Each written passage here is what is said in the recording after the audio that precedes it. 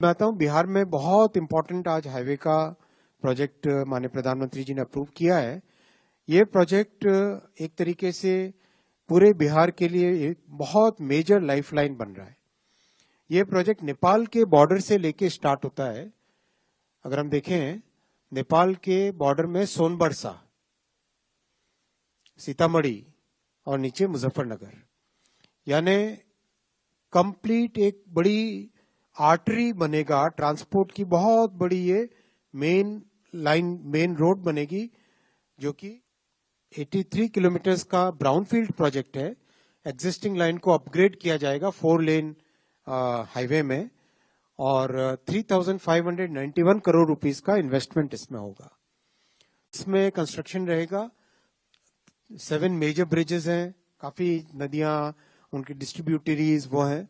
7 major bridges हैं, 3 आरओबीज हैं, 6 underpasses हैं, और बागमती रिवर पे 340 मीटर्स का बड़ा ब्रिज एक बनेगा।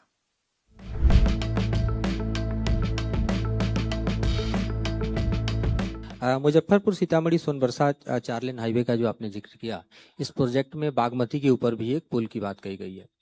खासतौर पे बिहार में जो 3 नदियां हैं, गंडक, बागमती और कोसी, इनके जो इस मौसम में बाढ़ का क्षेत्र होता है, वो कई बार प्रोजेक्ट्स पे भारी पड़ता है, और खासतौर पे बिहार में पुल गिरने का तो एक इतिहास ही बन रहा है। तो किस तरह से जो पुल बनने वाला है इस रूट पे, इस लेन पे, वो उसको ज्यादा स्ट्रेंथन किया जाएगा, और क्या कुछ एहतियात बरते जाएंगे अब नए इंफ्रास्ट्रक्चर में, ताकि ये पुल गिरने वाली जो घटनाएं हैं वो ना हो पाए?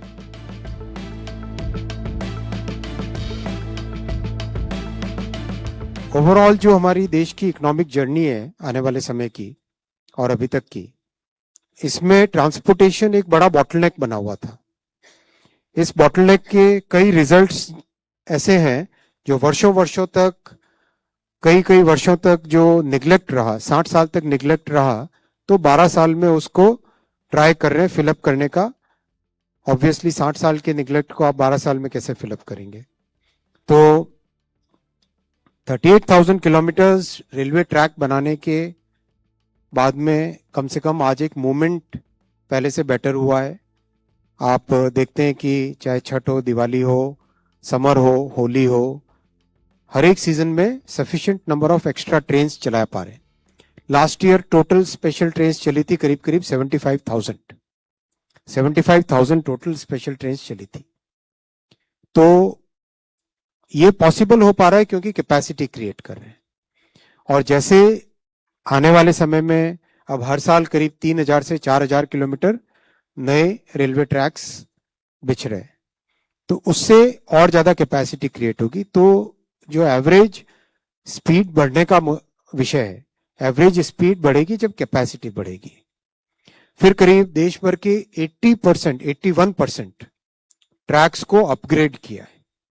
बहुत पुराने ट्रैक्स थे, कई वर्षों तक उनका रिप्लेसमेंट नहीं हुआ था, तो इस एक दशक में 81% ऑफ द ट्रैक्स को अपग्रेड किया है, और 99.6%, ऑलमोस्ट 100% ट्रैक्स को इलेक्ट्रीफाई किया है। तो ये इतना मैसिव स्केल का काम है कि आज एक लेवल पे पहुंचे हैं, लेकिन ये एक शुरुआत है, ये केवल शुरुआत है।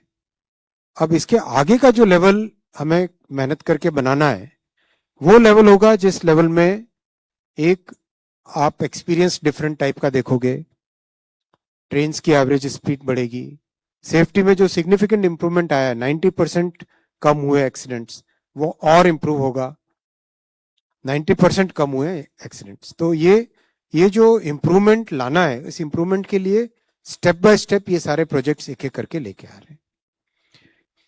फ्लड्स और ब्रिज की डिजाइन पे बहुत ध्यान दिया जाता है। आप सब जानते हो हाईवे की डिजाइन टीम्स बहुत स्ट्रांग डिजाइन टीम्स हैं, और नेशनल हाईवे का अच्छा ट्रैक रिकॉर्ड है।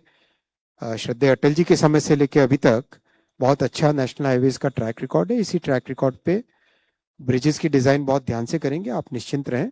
बागमती नदी में फ्लड्स की उन सबको चीजों को ध्यान में रखते हुए ही ब्रिजेस की डिजाइन करेंगे।